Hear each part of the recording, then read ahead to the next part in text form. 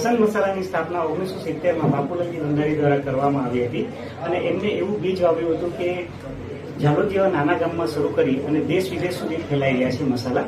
જેમ કે ઇન્ડિયાના 5 સ્ટેટમાં મહારાષ્ટ્ર, યુપી, ગુજરાત, રાજસ્થાન અને એમપી અને સાથે સાથે 18 કન્ટ્રીમાં એક્સપોર્ટ પણ મસાલા થઈ રહ્યા છે.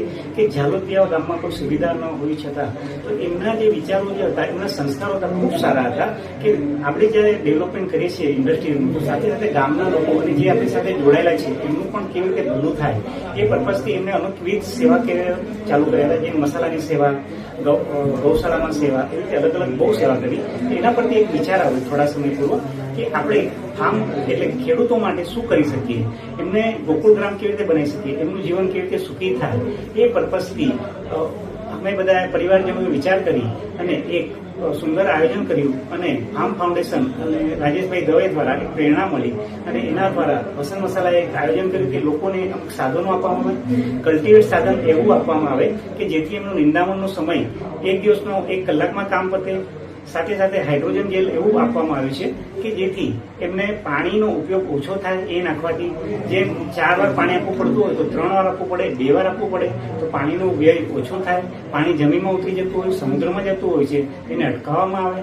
સાથે સાથે એક એવો આઈડિયા વાપરવામાં આવ્યો છે કે ઓર્ગેનિક ખેતી તરફ પ્રયાણ થાય. જેમ કે ડીએ અને યુરિયા ખાતરનો યુઝ ખૂબ જ વધી ગયો છે, એનું પ્રમાણ ઘટાડવા માટે એ લોકો એવી ટેકનિક લાવે છે કે 200 લીટર પાણીમાં 2 કિલો ગોળ અને ઓર્ગેનિક વસ્તુ નાખવામાં આવે છે કે જેથી કરીને એ ડીએ અને યુરિયા ખાતરની અસર ઓછી થાય અને જમીન ફળદ્રુપતા વધે. અને બીજું એ લોકો છાણિયા ખાતરનો યુઝ પણ એવી રીતે કરવામાં આવે છે કે છાણિયું ખાતર જે હોય ઢગલો કરવામાં આવે છે તેની સિસ્ટમ અલગ બનાવી છે, એને ઢાંકવામાં આવે છે અને વ્યવસ્થિત રીતે એનો પ્રયોગ કરવામાં આવે છે. એનામાં અમુક વસ્તુ એડિશન ગૌમૂત્ર અને બધું કરવામાં આવે છે કે જેથી કરીને ખાતર જેવું બની જાય અને એનામાં રહેલું એમોનિયા કે બધું વસ્તુ ઉડી ન જાય, એ વસ્તુ યુઝફુલ વધારે ઇફેક્ટિવ થાય. તો આવા મલ્ટી ટાસ્ક સાથે એ લોકોએ આ સાધનોનું ખૂબ બધાને આપ્યા છે. મેં રૂબરૂ આજે અત્યારે અમારી સાથે 100 જેવા ખેડૂત જોડાયા છે અને આવનાર સમયમાં 1000 જોડાય એવું અમે આશા રાખીએ. એનાથી પણ 1000થી પણ લોકો વધતા જાય દિવસે દિવસે અને એક સાથે એમના જીવનમાં વ્યસન મુક્ત બને અને રાજ્યો મેડિટેશનનો અભ્યાસ કરે એ પર્પઝથી પણ એમને માર્ગદર્શન આપવામાં આવશે. આ ફક્ત 1 દિવસનો પ્રોગ્રામ નથી. અવારનવાર એમનું ગ્રુપ બનાવી, વોટ્સઅપ ગ્રુપ બનાવી એમનો કોન્ટેક્ટ કરવામાં આવશે. સાથે સાથે દર મહિને રાજેશભાઈ અને એમની ટીમ દ્વારા વિઝિટ પણ કરવામાં આવશે અને માર્ગદર્શન અવારનવાર આપવામાં આવશે.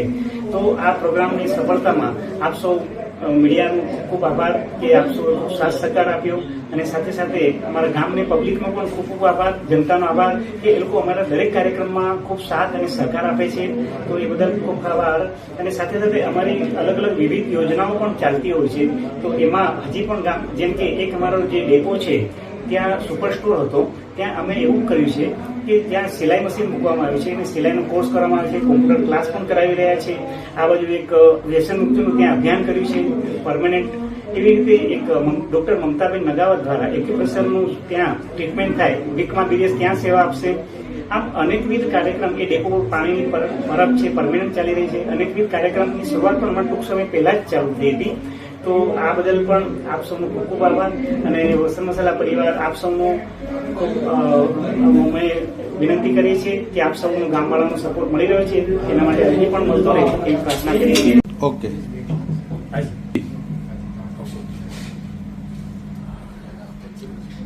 ઝાલોદ ખાતે આજે જલવાયુ પરિવર્તન ને સામે એક સામાન્ય ખેડૂત કઈ રીતે ટકી શકે, પોતાના ખેતીના વ્યવસાયને, પશુપાલનના વ્યવસાયને સારી રીતે સક્ષમતાથી કરી શકે તેના માટે જ્ઞાન, વિજ્ઞાન, ટેકનોલોજી અને ફાઇનલી સંગઠનના એક હેતુ અને ઉમદા લક્ષ્ય સાથે વસંત મસાલા પ્રાઇવેટ લિમિટેડ સાથે અમે ફાર્મરીઝ સોશિયલ સપોર્ટ ફાઉન્ડેશન જોડાયા છીએ અને ઝાલોદના એબાઉટ અંદાજે 100 જેટલા ખેડૂતોને સશક્તિકરણ આપવા માટે કટિબદ્ધ થયા છીએ અને આવનારા સિઝનમાં અમે વિજ્ઞાન, જ્ઞાન અને ટેકનોલોજી દ્વારા એ લોકોને આગળ લઈ જશું. પોતાના ખેતીમાં જે સમસ્યાઓ છે તેનો સામનો કરતા શીખવાડીશું અને તેમને આજીવિકામાં પણ ખૂબ લાભ થાય અને પોતાની જમીન જળનું સંરક્ષણ થાય, સંસાધનોનું સંરક્ષણ થાય, પ્રાકૃતિક ખેતી તરફ વધુ આકર્ષાય અને પોતાના જીવનને શ્રેષ્ઠ બનાવે એવા પર્પઝ માટે આ પ્રોગ્રામ યોજાયો હતો. આપનું નામ? મારું નામ રાજેશ દવે છે. હું director farm bridge social support foundation non profit ઓર્ગેનાઇઝેશનના ડાયરેક્ટર છું. અમારી ઓફિસ ભરૂચ સ્થિત છે. અમે છેલ્લા 11 વર્ષથી ભારતમાં 8 રાજ્યોમાં ખેડૂતોના સશક્તિકરણ અને સ્પેશિયલી ગ્રામીણ મહિલા ખેડૂતોના સશક્તિકરણ અને જળવાયુ પરિવર્તનના એક્સપર્ટાઇઝ સાથે કામ કરી રહ્યા છીએ.